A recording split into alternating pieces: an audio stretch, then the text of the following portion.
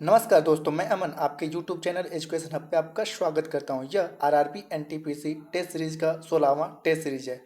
इस test series को प्राप्त करने के लिए आप टेलीग्राम चैनल से जुड़ सकते हैं, जिसका लिंक वीडियो के डिस्क्रिप्शन में दिया हुआ है तथा वहां पर आपको प्रतिदिन करंट अफेयर्स के नोट्स भी प्राप्त हो जाएंगे। तो चलिए शुरू करते हैं बिना किसी देरी के।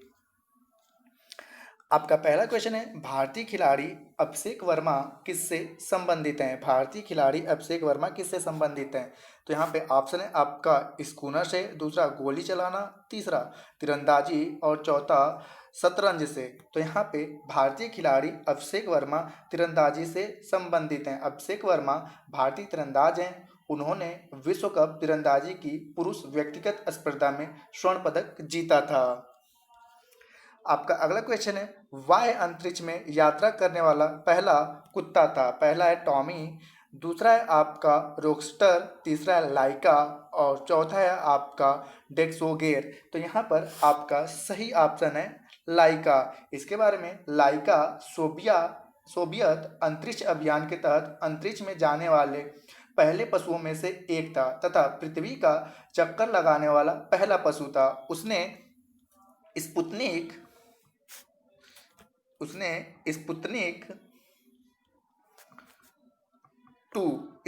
टू के जरिए 3 नवंबर 1957 को तत्कालीन सोवियत संघ द्वारा अंतरिक्ष में भेजा गया था।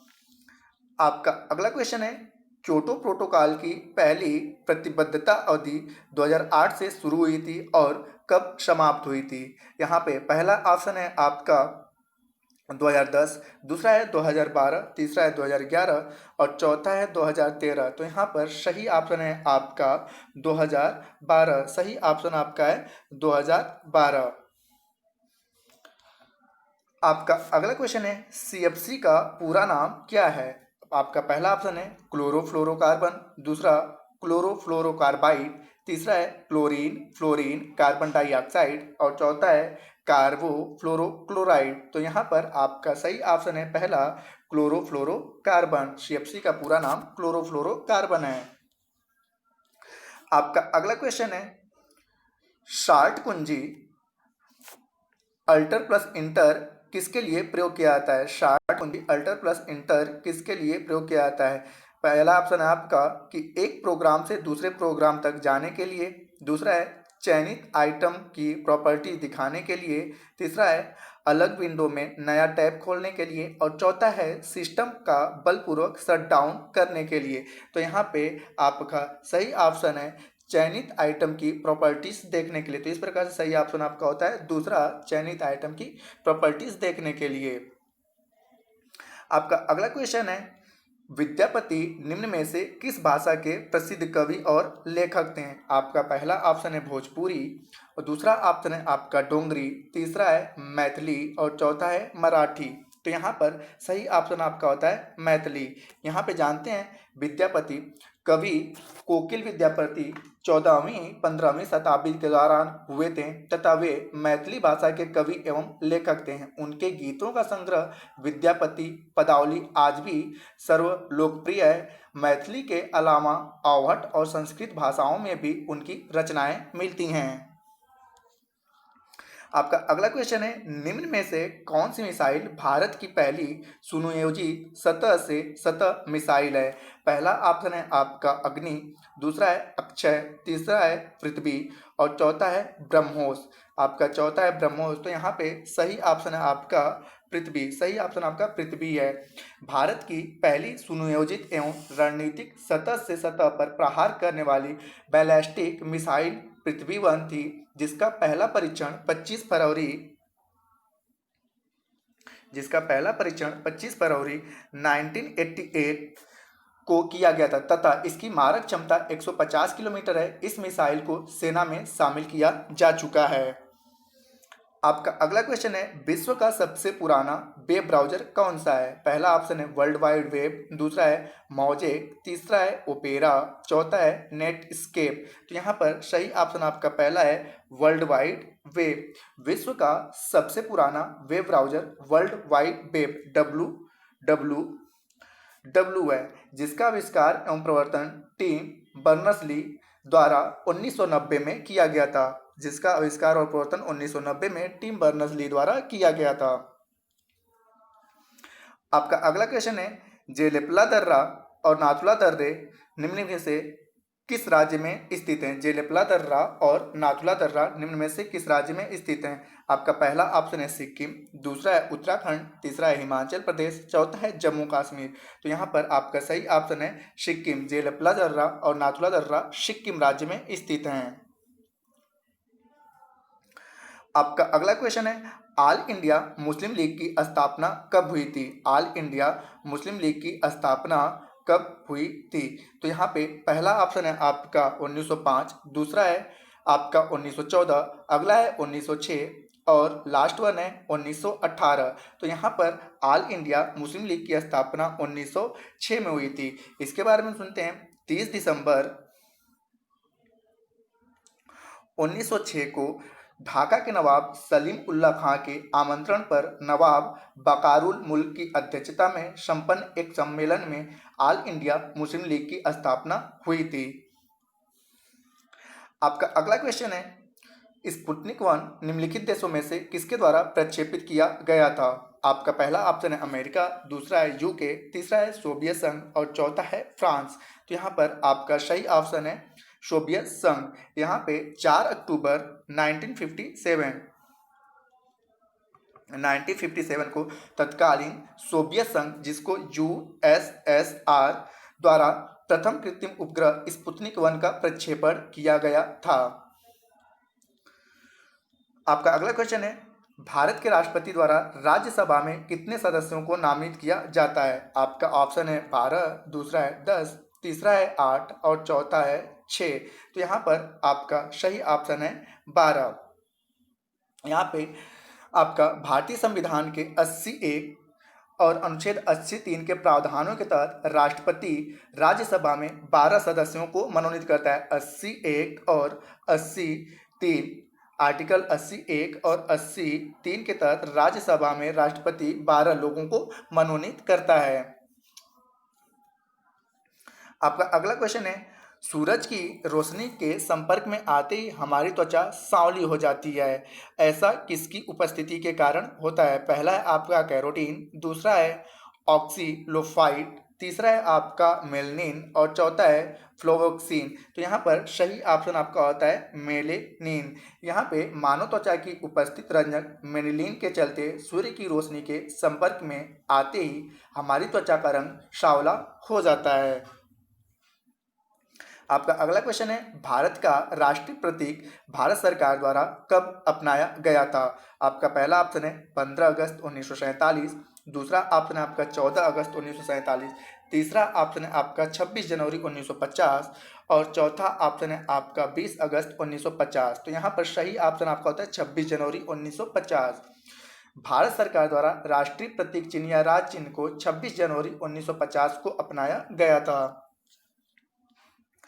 आपका नेक्स्ट क्वेश्चन है, निम्न में से कौन सा हार्मोन थायराइड ग्रंथि द्वारा स्रावित नहीं होता है? पहला ऑप्शन है आपका थायरॉक्सिन, दूसरा है आपका कैल्सिटोनिन, तीसरा है आपका ट्राई आयोडा थायोरेनिन और चौथा है आपका थायमासिन। तो यहाँ पर सही ऑप्शन है आपका थायमासिन। सही ऑप्शन आपका थायमासिन है। थायमासिन नामक हार्मोन का स्रावण थाइमस ग्रंथि से होता है, थायराइड ग्रंथि से नहीं होता है। मतलब इसका जो स्रावण होता है वह थाइमस ग्रंथि से होता है, न कि थायराइड ग्रंथि से। आपका अगला क्वेश्चन है, आधुनिक रसायन शास्त्र का जनक किसे कहा जाता है? आपका ऑप्शन है अर्नेस्ट रदरफोर्ड, दूसरा है ओटो हैन, तीसरा है मेंडलीव और चौथा है एंटोनी लेवासिए। तो यहाँ पर सही ऑप्शन आपका होता है एंटोनी लेवासिए। यहाँ पे एंटोनी डी लेवासिए एक फ्रांसीसी केमिस्ट थे। 18वीं सदी में हुई रासायनिक क्रांति में उनका महान योगदान था। उन्होंने रसायन शास्त्र एवं प्राणी विज्ञान दोनों के इतिहासों को प्रभावित किया। उन्हें आधुनिक रसायन शास्त्र का जनक माना जाता है। आपका अगला क्वेश्चन है, पसीने वाली ग्रंथि मानव शरीर के किस अंग में मौजूद होती है? पसीने वाली ग्रंथि मानव शरीर के किस अंग में मौजूद होती है? तो यहाँ पे आपका पहला ऑप्शन है गुर्दा, दूसरा ऑप्शन है यकृत, तीसरा है अग्नाशय और चौथा है त्वचा। तो यहाँ पे श्वेत ग्रंथियां मानव त्वचा में मौजूद होती हैं, जिससे पसीने के रूप में शरीर से ग्रंथियों से बाहर निकलती हैं। तो यहाँ पे आपका सही ऑप्शन होता है चौथा कि श्वेत ग्रंथियां त्वचा में उत्पत्तिस्थ होती हैं। आपका अगला क्वेश्चन है, पहला हिंदी अखबार 30 मई 1826 को शुरू किया गया था। यह दिन हिंदी पत्रकारिता दिवस के रूप में भी मनाया जाता है। उस अखबार का नाम क्या था? आपका पहला ऑप्शन है बंगाल गजट, दूसरा है आपका अमर उजाला, तीसरा उदंत मार्तंड और चौथा है समाचार सुधा दर्शन। तो यहाँ पर आपका सही ऑप्शन होता है तीसरा उदंत मार्तंड। आपका अगला क्वेश्चन है, ऑप्टिकल कैरेक्टर रीडर OCR किसका एक उदाहरण है? पहला ऑप्शन है आउटपुट डिवाइस, दूसरा है इनपुट डिवाइस, तीसरा है इंटरफेस डिवाइस और चौथा है स्टोरेज डिवाइस। तो यहाँ पर आपका OCR एक इनपुट डिवाइस है। आपका अगला क्वेश्चन है, विद्युत तटस्थ और कमजोर सूक्ष्माणु पर परस्पर प्रभाव हैं। तो यहाँ पर पहला ऑप्शन है न्यूट्रिनो, दूसरा पॉजिट्रॉन, तीसरा है इलेक्ट्रॉन, चौथा है प्रोटॉन। तो यहाँ पर सही ऑप्शन है न्यूट्रिनो। यहाँ पर सही ऑप्शन आपका होता है न्यूट्रिनो। न्यूट्रिनो पर कोई आवेश नहीं होता है। आपका अगला क्वेश्चन है, निम्न में से कौन सा कथन भारतीय नदियों के विषय में सत्य नहीं है? निम्न में से कौन सा कथन भारतीय नदियों के विषय में सत्य नहीं है? पहला, हिमालयी नदियां सदाबहार हैं, दूसरा प्रायद्वीपीय नदियां मौसमी हैं, तीसरा आपका है हिमालयी नदियां बहुत छोटे डेल्टा का गठन करती हैं, चौथा है प्रायद्वीपीय नदियों में पानी की मात्रा कम होती है। तो यहाँ पर सही ऑप्शन आपका होता है तीसरा कि हिमालयी नदियाँ बहुत छोटे डेल्टा का गठन करती है। गलत है, हिमालयी नदियाँ बड़े बड़े डेल्टा का गठन करती हैं। गंगा एक हिमालय नदी है, लेकिन गंगा के द्वारा निर्मित डेल्टा सुंदरवन विश्व का सबसे बृहद डेल्टा है, अतः यह कहना सर्वथा गलत है कि हिमालयी नदियाँ बहुत छोटे डेल्टा का गठन करती हैं। आपका अगला क्वेश्चन है, वह उपग्रह जो अंतरिक्ष में जीवन का वहन करता है उसे क्या कहा जाता है?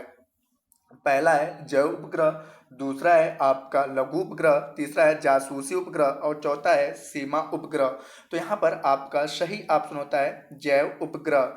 जैव उपग्रह, जीवन युक्त उपग्रह को जैव उपग्रह भी कहा जाता है। आपका अगला क्वेश्चन है, उस वरिष्ठ अधिवक्ता का नाम बताएं जिन्होंने भारत बांग्लादेश सीमा मुद्दे पर एक सदस्यीय आयोग की अध्यक्षता की थी। तो यहाँ पे पहला ऑप्शन है HL दत्तू, दूसरा है उपमन्यु हजारिका, तीसरा है आपका विजेंद्र जैन और चौथा है आपका रमेश चंद्र लहाटी। तो यहाँ पर सही ऑप्शन आपका होता है उपमन्यु हजारिका। हम यहाँ पे देखते हैं, भारत बांग्लादेश सीमा मुद्दे पर मई 2015 में उच्चतम न्यायालय द्वारा एक गठित एक सदस्यीय आयोग का अध्यक्ष उच्चतम न्यायालय के वरिष्ठ एडवोकेट उपमन्यु हजारिका को नियुक्त किया गया था। आयोग द्वारा 5 अक्टूबर 2016 को अपनी रिपोर्ट प्रस्तुत कर दी गई थी। आपको यह चैनल अभी आपने सब्सक्राइब नहीं किया है तो इस चैनल को अवश्य सब्सक्राइब करें। आपका अगला क्वेश्चन है, आंतरिक गति निर्धारक मानव शरीर के निम्नलिखित अंगों में से कहाँ स्थित होता है? पहला ऑप्शन है आपका दिमाग, दूसरा ऑप्शन है दिल, तीसरा है आपका गुर्दा और चौथा है आपका यकृत। चौथा है आपका यकृत। तो यहाँ पर सही ऑप्शन होता है दिल। आपका अगला क्वेश्चन है, मलेरिया रोधी दवा।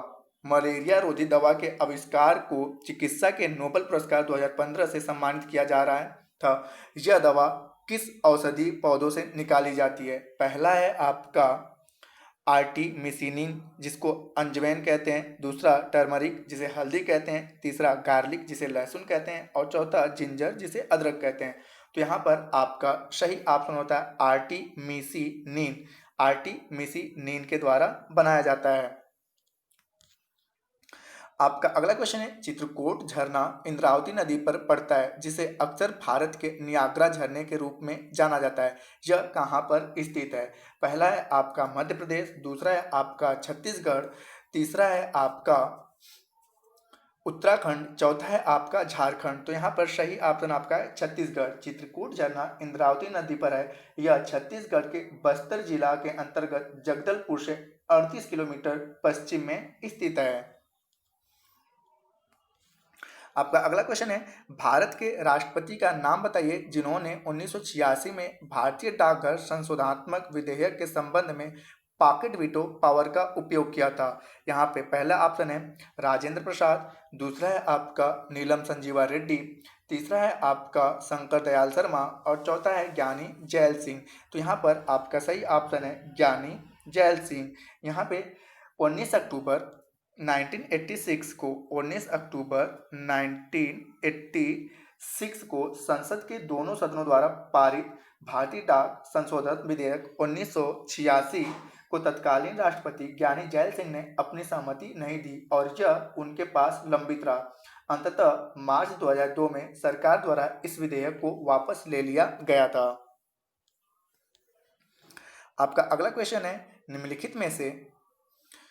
निम्नलिखित कथनों पर विचार करें और सही विकल्प चुनें।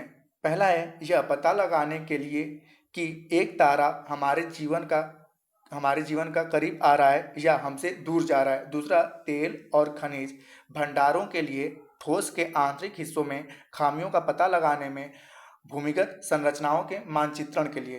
पहला है 1 और 2 दोनों अनुकंपन के सिद्धांत का अनुप्रयोग है। दूसरा, एक डॉपलर के प्रभाव का अनुप्रयोग है और 2 प्रतिध्वनि के सिद्धांत का अनुप्रयोग है।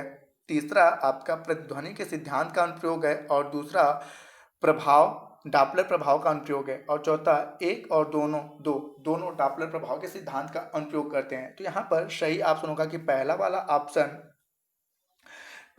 ऑप्शन आपका डॉपलर प्रभाव का अनुप्रयोग करता है और दूसरा वाला ऑप्शन प्रतिध्वनि के सिद्धांत का अनुप्रयोग करता है। आपका अगला क्वेश्चन है, निम्नलिखित में से कौन सी एक वेक्टर मात्रा नहीं है? निम्नलिखित में से कौन सी एक वेक्टर मात्रा नहीं है? पहला है आपका गति या आवेग, दूसरा है बल का गुरुत्व, तीसरा है विद्युत प्रवाह और चौथा है विस्थापन। तो यहाँ पर विद्युत प्रवाह वेक्टर नहीं है। अगला आपका है, कुंभलगढ़ किला राजस्थान के बारे में निम्नलिखित में से कौन सा तथ्य सच नहीं है? पहला, वर्तमान में यह राजस्थान के राजसमंद जिले में स्थित है। दूसरा, राजस्थान के पहाड़ी किलों में शामिल यह एक यूनेस्को विश्व विरासत स्थल है। तीसरा आपका है कि कुंभलगढ़ किले की दीवार चीन की सबसे लंबी दीवार के बाद दुनिया की दूसरी सबसे लंबी दीवार है और चौथा, विख्यात सतपुड़ा पर्वत श्रृंखला की एक पहाड़ी की चोटी पर कुंभलगढ़ स्थित है। तो यहाँ पर आपका चौथा ऑप्शन सत्य नहीं है। इसके बारे में है कि राजस्थान के राजसमंद जिला अंतर्गत उदयपुर के निकट पश्चिमी अरावली रेंज में स्थित कुंभलगढ़ का किला एक मेवाड़ किला है जिसे राजस्थान के पहाड़ी किले से संबंधित विश्व विरासत सूची यूनेस्को में शामिल किया गया है। इसका निर्माण राणा कुंभा के द्वारा 15वीं शताब्दी में किया गया था। तो आज के लिए इतना ही। आपका अगला क्वेश्चन सीरीज 48 घंटों के अंदर आपके यूट्यूब चैनल पर अपलोड कर दिया जाएगा। जैसे कि मैंने बताया कि इस टेस्ट सीरीज के जरिए कुल आपको 30 टेस्ट सीरीज दिए जाएंगे जिसके प्रत्येक टेस्ट सीरीज में 30 क्वेश्चन होंगे। तो मिलते हैं नेक्स्ट वीडियो में। यदि चैनल को अभी तक आपने सब्सक्राइब नहीं किया है तो सब्सक्राइब अवश्य करें। धन्यवाद।